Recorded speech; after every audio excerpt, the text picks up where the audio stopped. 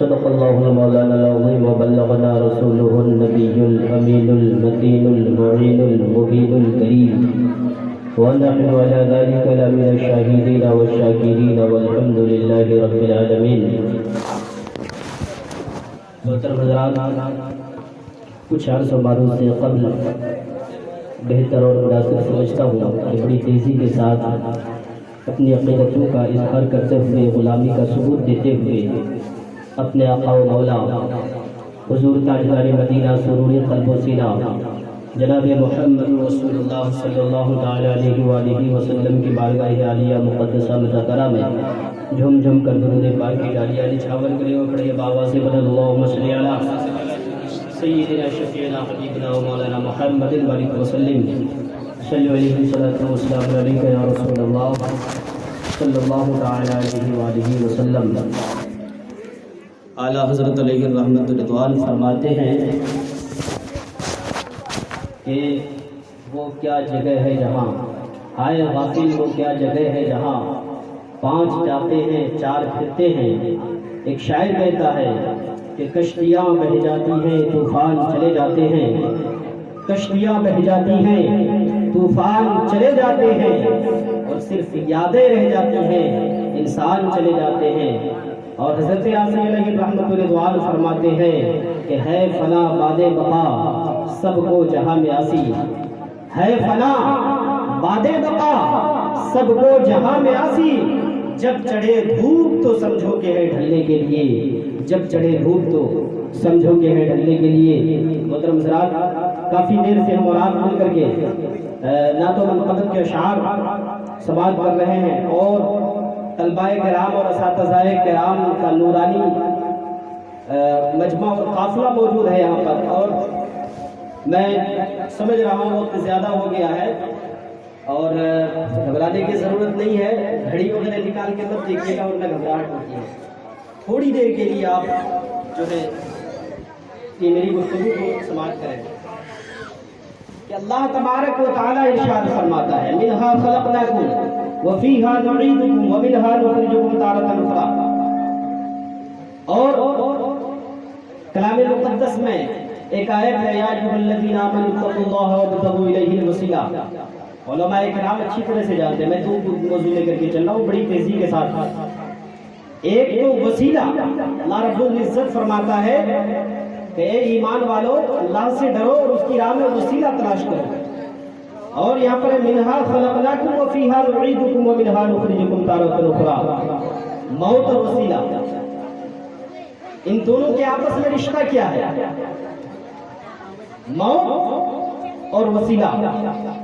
ہمیں وسیلے کی کب کب ضرورت ہوتی ہے؟ دنیا میں آنے کے لیے بھی وسیلہ کی ضرورت ہوتی ہے،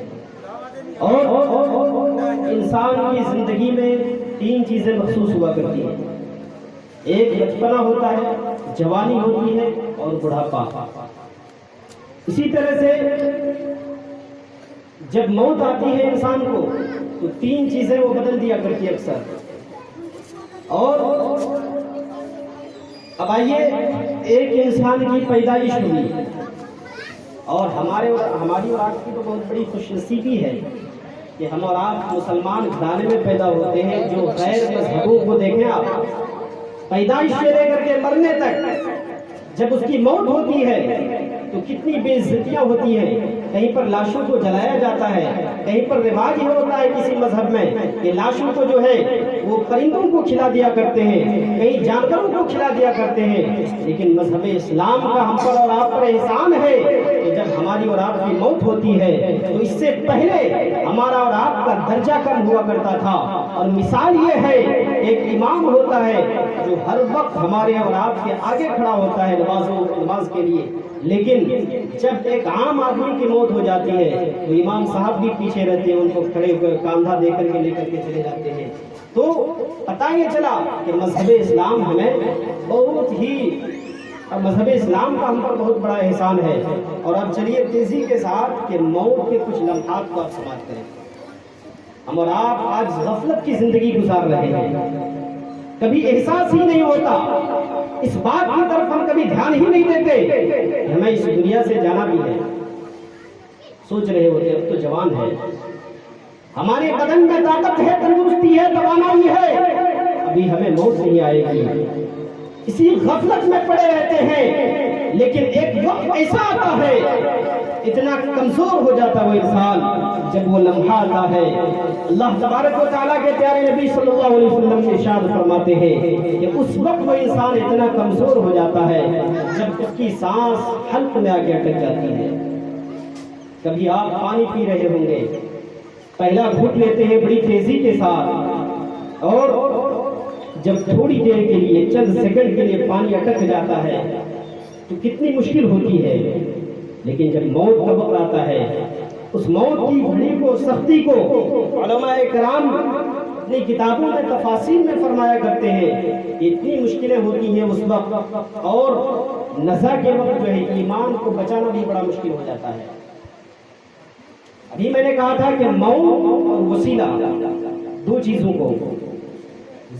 دنیا سے ایمان کے ساتھ جانے کے لیے، اعمال کو بچا کر کے لے جانے کے لیے وسیلے کا ہونا ضروری ہے۔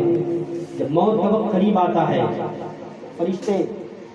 قریب آ جاتے ہیں، اور جو حضرت اسرائیل علیہ السلام ہے، جن کا لقب ہے ملک الموت، وہ آتے ہیں، اپنے ہمراہ کچھ فرشتوں کو لے کر کے آتے ہیں، اور ایک حدیث پاک میں آتا ہے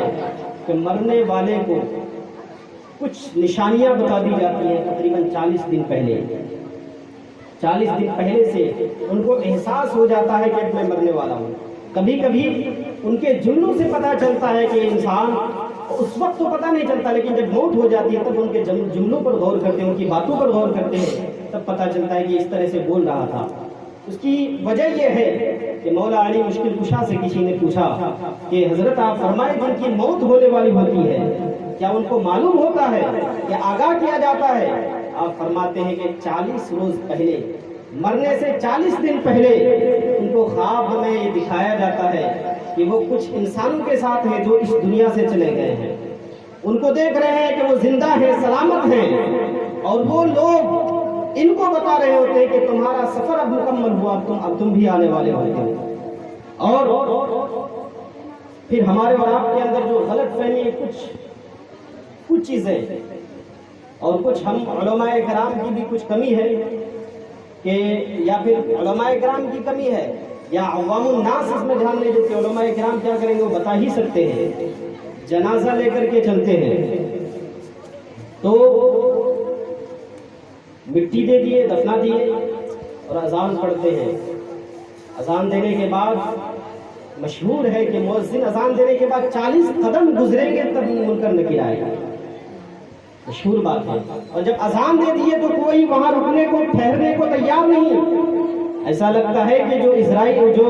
منکر اور نکیر آتے ہیں، دو فرشتے آتے ہیں، میت سے نہیں بلکہ ان سے خود سوال کرنے کے لیے آ رہے ہوتے ہیں۔ آپ یاد رکھیں، آپ اپنے رشتہ دار کو یا اپنی ماں کو، اپنے باپ کو، اپنے بھائی کو، جس کو بھی آپ دفن کر کے آ رہے ہوتے ہیں،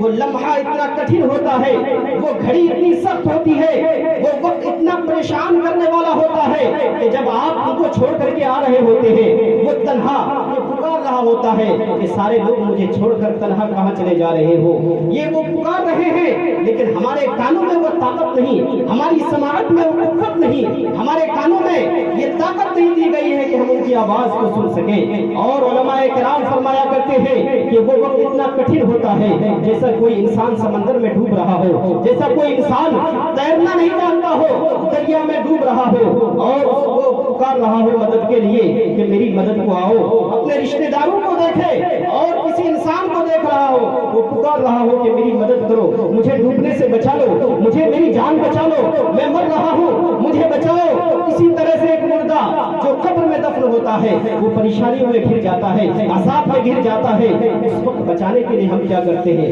بس اذان دیے واپس آ گئے۔ علامہ جلال الدین سیوطی علیہ رحمۃ اللہ فرماتے ہیں کہ جب انسان کو، جب آپ اپنی میت کو دفن کر رہے ہوتے ہیں، دفن کرنے کے بعد سب لوگ جب واپس چلے آتے ہیں تو وقت اتنی ڈراؤنی ہوتی ہے، اتنا خطرناک وقت ہوتا ہے، جو نکیرین آتے ہیں، منکر نکیر، ان کی صورت اتنی خطرناک ہوتی ہے کہ اگر وہ ہزاروں کے مجمع میں ان کی صورت کو ظاہر کر دیا جائے تو سب کے سب بے ہوش ہو جائیں گے۔ ایسے وقت میں اتنی خطرناک گھڑی ہے، ماں باپ سب چھوڑ کر کے فوراً دفنا کر کے واپس آ گئے۔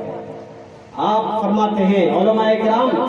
تفاسیر میں فرماتے ہیں حدیث پاک کے دلیل سے، حدیث پاک کے مطابق کہ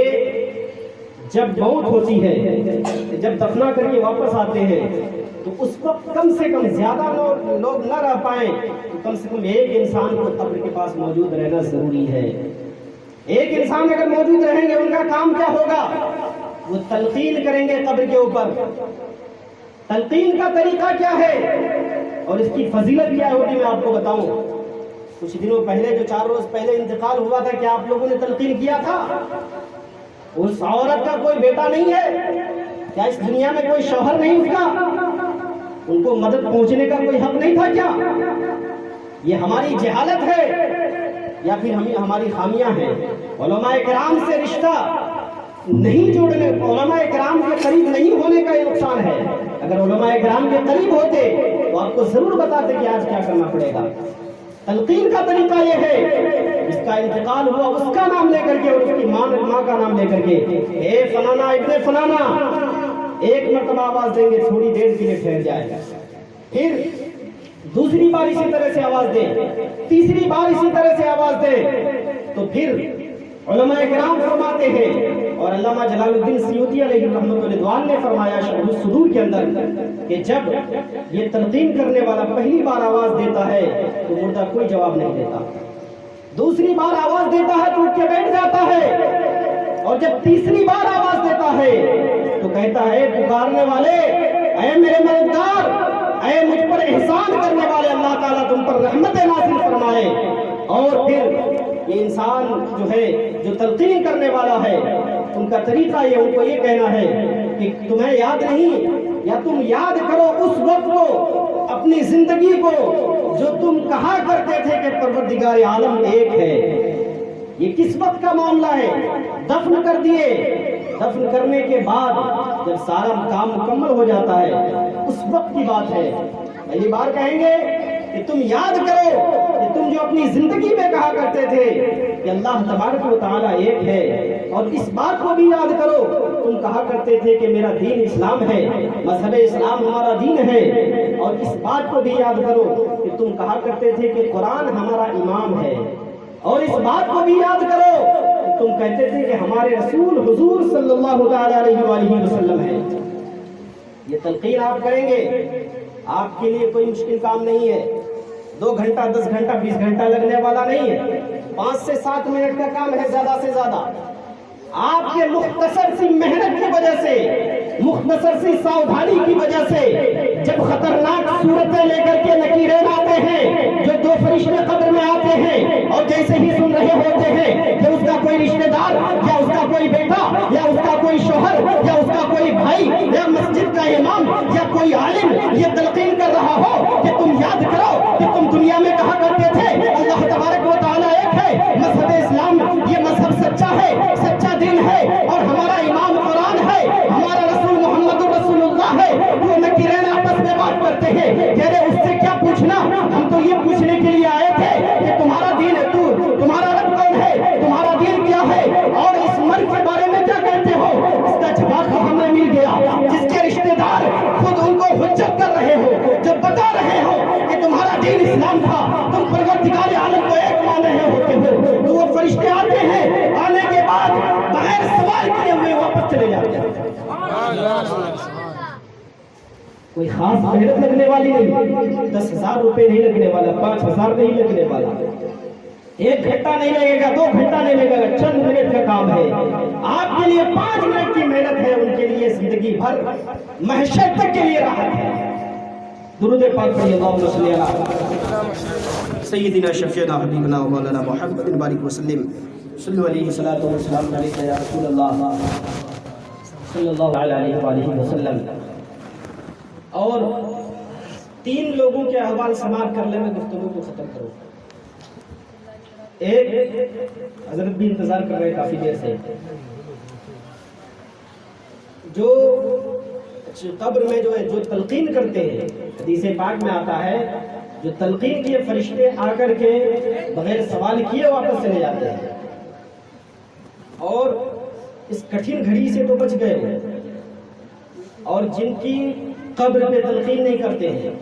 اور سب سے پہلے جو کافر کی موت ہوتی ہے ان سے سوال کیا جاتا ہے، پہلا سوال کیا اس میں بھی فیل ہو گیا، دوسرا اس میں بھی فیل ہو گیا، جن کو سوال کا جواب آتا ہے سوال کرتے ہیں من رب کا، تو وہ جواب دیتے ہیں ربی اللہ، جن کو نہیں آتا ہے وہ کہتا ہے ہاں لا ادری، یا پھر ہی ہاتھ لا ادری، افسوس مجھے کچھ نہیں معلوم۔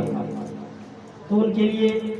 جہنم تو نہیں بھیجتا، لیکن جہنم کی لپٹ آتی رہتی ہے، قبر میں آگ بھڑکا دی جاتی ہے، عذاب میں گرفتار کر لیا جاتا ہے۔ دوسرے کچھ ایسے لوگ نام نہاد مسلمان جو ہیں وہ قبر میں آئے، ان سے سوال کرتے ہیں من رب کا، پہلے سوال میں پاس ہو جاتے آسانی سے، ربی اللہ، ما دینوں کا، کوئی یہودی اور کوئی نصرانی ہوتا ہے، ایسے وہ فیل ہو گیا، وہ بھی عذاب میں گرفتار۔ تیسرا آیا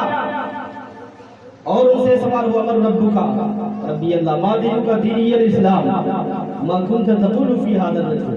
ہمارے اور آپ کے پیارے نبی صلی اللہ علیہ وسلم جلوہ افروز ہوں گے قبر میں، ان کے بارے میں پوچھا جائے گا تو بتائیں گے یہ تو ہماری طرح ہے، معاذ اللہ یہ ہماری مثل ہیں، یا پھر بڑے بھائی کی طرح ہے، یہاں سے وہ بھی واپس ہو گئے، وہ بھی گرفتار ہو گئے۔ اب تیسرا شخص آتا ہے جن سے سوال کیا جاتا ہے من رب کا، ربی اللہ، ما دینوں کا، دینی الاسلام، ما کنت تقول فی ھذا الرجل، وہ فرماتے ہیں تینوں سوال کا جواب بآسانی دے دیتے ہیں، اور سوال کے جواب کے بعد وہ فرشتے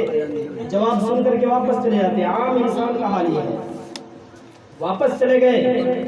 اور پھر علماء کرام فرماتے ہیں کہ 3 دن کے لیے یوں ہی چھوڑ دیا جاتا ہے، عام انسان، عام مسلمان کے لیے 3 دن کا عرصہ ایسا گزرتا ہے کہ وہ قبر کے ارد گرد اپنے چاروں طرف دیکھتا ہے، اور زندگی میں پہلی بار اپنے آپ کو تنہا اکیلا محسوس کرتا ہے، اور وہ دیکھتا ہے جیسے ہی گھبرا جاتا ہے، پہلے دائیں دیکھتا ہے، دائیں طرف کسی کا پیٹ پھٹا ہوا ہے، کسی کا بھیجا گل کے باہر آ رہا ہوتا ہے، کسی کی ہڈیاں گل رہی ہوتی ہیں۔ ہم اور آپ اپنی زندگی کا جائزہ لیں، ہم کیا کر رہے ہوتے آج؟ کیا ہمیں مرنا نہیں ہے؟ ہمیں قبر میں جانا نہیں ہے؟ عام انسان کے لیے ہوتا ہے کہ وہ ادھر دیکھتا ہے، ادھر دیکھتا ہے، دیکھ کر کے بہت گھبرا جاتا ہے، ڈر جاتا ہے، خوف زدہ ہو جاتا ہے۔ 3 دن کا عرصہ ایسا گزرتا ہے،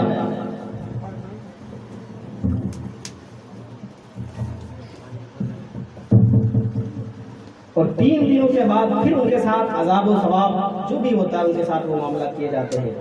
اور دوسرے مومن کے لیے، کچھ لوگوں کے لیے ایسا ہوتا ہے، سوالات کر کے چلے گئے، اب عذاب کے فرشتے چاروں طرف سے گھیر لیے۔ ہمارا اور آپ کا یہ حال ہے۔ صحابی رسول کے بارے میں حدیث پاک میں آتا ہے، اللہ کے نبی صلی اللہ علیہ وسلم نے فرمایا، ایک صحابی کا انتقال ہوا تھا، بہت ہی معزز صحابی تھے۔ ہم اور آپ، ہماری اور آپ کی حیثیت صحابہ کرام کے قدموں کے دھول کے برابر بھی نہیں ہے۔ صحابی رسول دفن ہے، اللہ کے نبی قبر پہ کھڑے ہو کر کے کچھ پڑھ رہے ہیں، صحابہ کرام نے عرض کیا، یا رسول اللہ آپ یہ کیا کر رہے ہیں؟ تو آپ نے فرمایا ان کے لیے استغفار کر رہا ہو، یہ قبر میں پریشان حال تھے، میرے استغفار کی وجہ سے ان کی بخشش ہو گئی، ان کی مغفرت ہو گئی۔ وہ صحابی رسول کا واقعہ تھا، ہمارا اور آپ کا حال کیا ہوگا؟ لیکن جب قبر کا ذکر آتا ہے عام مسلمانوں کے لیے، ہمارے اور آپ کے بیچ کوئی کہے کہ نکیرین آئیں گے، ڈراؤنی صورتیں ہوگی، خطرناک چہرہ ہوگا، اکیلے ہوں گے، ہمارا اور آپ کا دل دہل جاتا ہے، ہم اور آپ گھبرا جاتے ہیں۔ لیکن جب جو سچا عاشق رسول ہوتا ہے، جو دنیا میں نمازیں بھی پڑھا ہو، حج بھی کیا ہو، زکات بھی دیا ہو، تمام فرائض ادا کیے ہیں، اور سچی عاشقی سے زندگی گزاری ہو، ان کے ساتھ کیا حال ہوتا ہے؟ حضرت یاسین علیہ رحمت و رضوان فرماتے ہیں کہ اب تو پھولے نہ سمائیں گے کفن میں آسی، کہ ہے شب غور بھی اس گل سے ملاقات کی رات۔ ان کے ساتھ یہ ہوتا ہے، جو عاشق رسول ہوتے ہیں وہ قبر کے اندر آنے کے بعد سوال کرتے ہیں فرشتے، من رب کا، تیرا رب کون ہے؟ تو جواب بآسانی دے دیتے ہیں، ربی اللہ۔ پھر سوال کرتے ہیں ما دینوں کا، جواب دیتے ہیں دین الاسلام،